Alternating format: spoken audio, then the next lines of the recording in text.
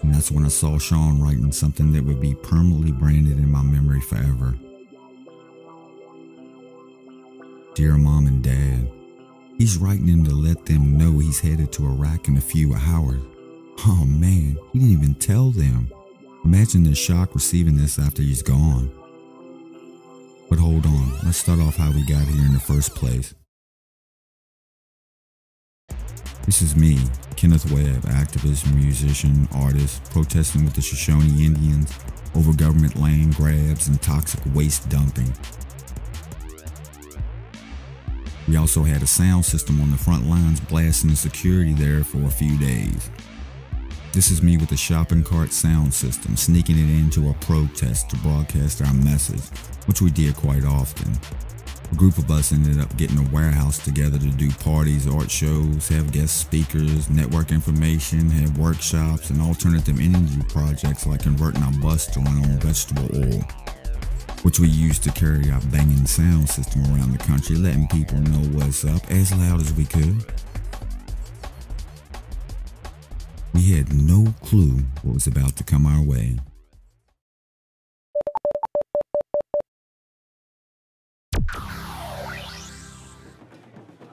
With all the talk of WMDs and a war with Iraq the politicians were trying to sell us on, we decided to join the anti-war protests downtown. It was crazy. I was so young and juiced by the power of the people coming together in such mass, I felt that we could take on the world.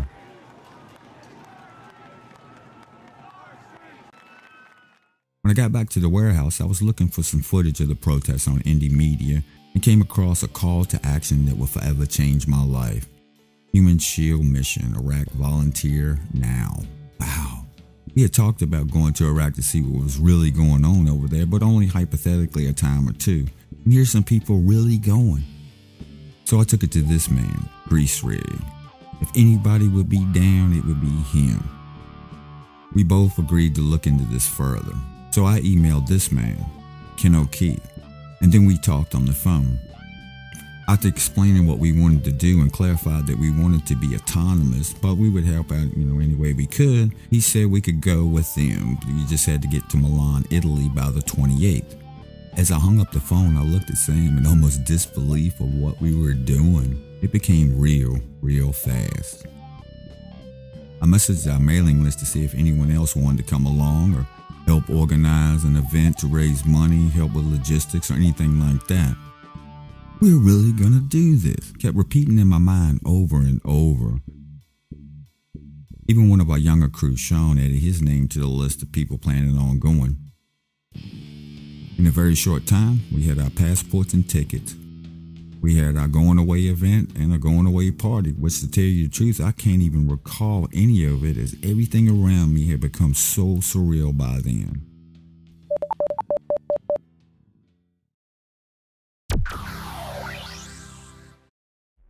And I didn't see what Sean wrote after that. I went to lay down and try to get some sleep, which was a lost cause. Who could sleep? The next morning we left the country for Milan, Italy. That's a long flight. When we arrived, we learned that the buses we were supposed to meet up with were a day behind schedule. But we finally connected with the buses the next day. And even though we had picked up on some divide between the three buses of people and knew something was brewing behind the scenes, we felt a moment of relief that we were on the way. We traveled from Milan to Rome. I almost froze to death. I only had an airline blanket and not the best clothing options as I had packed with desert heat in mind. But I did get to know these amazing people better along the way, like this woman, Nama. She had to flee Iraq 20 years before because of her activism. She taught me the customs and some of the language. And Nama was very nervous about returning to Iraq. She hadn't seen her family in like 20 years. She was married to this crazy Norwegian guy named Shore, and another guy that traveled with him was a Norwegian cat named Oscar. They were all anarchists, and our group and their group, we just clicked. And with all the drama that begun to unfold by the time we got to Rome, it was good to start recognizing the real folks who weren't interested in the drama and all of that, but were focused on getting to Iraq.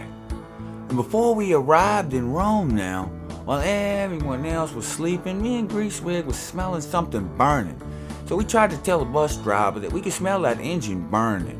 And it was. But he paid it no mind and just kept on getting it. Now I believe in retrospect, he wanted the black bus out of commission because he owned the 2 red buses and wanted total control, which became more apparent later in the journey. Black bus made it to Rome but barely, and now its engine was toast. With the black bus out of commission and a battle for control growing every day, it was decided that the red buses would go onward while a small contingency of us would stay behind waiting for the bus to be fixed and catch up later.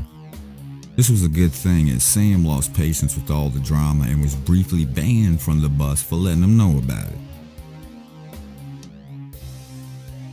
We stayed at this squat and waited. And waited. Until me, Sam, and Sean got tired of it, concluding the black bus was never going to make it to Iraq. So we caught a flight to Istanbul, Turkey. Little did we know the few remaining people in Rome had done the same. Glad we didn't stay waiting on them. We arrived in Istanbul and all I can say is wow at the reception. These cats knew how to do it up. Everyone wanted us to stay at their home. I stayed at a few different people's houses so I didn't offend anyone. But for the most part, we stayed with the cafe owner. We'd get up in the morning and head to her cafe for breakfast. Afterwards, a Turkish band would start jamming, dancing would ensue, and out would come the wine and the lion's milk. This would go on until about noon when the shops would close. We'd go back to the house, take a nap, wake up later, and do it all again. We also got to reconnect with our Norwegian and Iraqi clan, discussing the big divide that was plaguing the red buses. Before we were to leave for Syria, the scout call wanted to take all of our passports ahead to the border. That's when our group decided to go it on our own.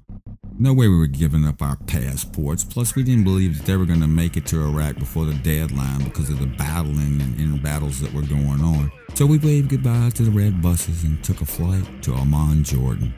We landed late at night and went to the first motel we could find. I felt nervous and out of place. We stuck out like a sore thumb. We got settled in and Sam went for a walk. A couple hours went by and he didn't return. I was starting to lose it, thinking something had happened to him. I mean, it's night, we're Americans in the Middle East. I'm telling Sean at this time, we're gonna have to go out and look for him, man. Something's happened. Something isn't right. I couldn't help think somebody grabbed him and chopped his head off or something like that. He returned telling us how he was walking and a shop owner invited him into his home for tea and a chat. How programmed I was. The next day we ventured out and the world changed before my eyes. Everyone was so nice, wanting to chat, eat with you, drink tea, hang out and get to know you. There was no hate that I saw or felt.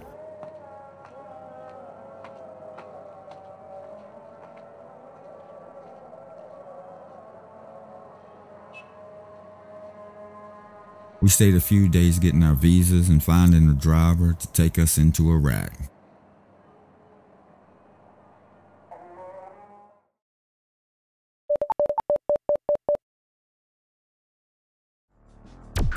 With 2 trucks, our breakaway group of 7 headed for and arrived in Iraq on February 14th, Valentine's Day, 20 years to the day Namal left. I had fallen asleep on the trip and woke up right after nightfall. Man, and as I focused, I was hit by this electrical shock that just stunned me. I mean, we were fastly approaching like spotlights, machine guns, and a bunch of Iraqi black berets lining the road, and they were moving towards us. I woke Sean up and told him, I was like, hey man, it's on. It's on. And they surrounded the truck, waving for us to get out, man. And I'm telling you what, it was like I was going in slow motion, stepping out that door. But as soon as I did, everyone was smiling and shaking our hands, welcoming us, And I thought, man, wow, we made it. And just hours before the first deadline, the United Nations deadline. And we're sitting there, and after that we get back in the truck and we going into Baghdad, and I'm thinking, now what? I mean, we were told that the red buses hadn't made it yet, so we got dropped off in the middle of Baghdad at night.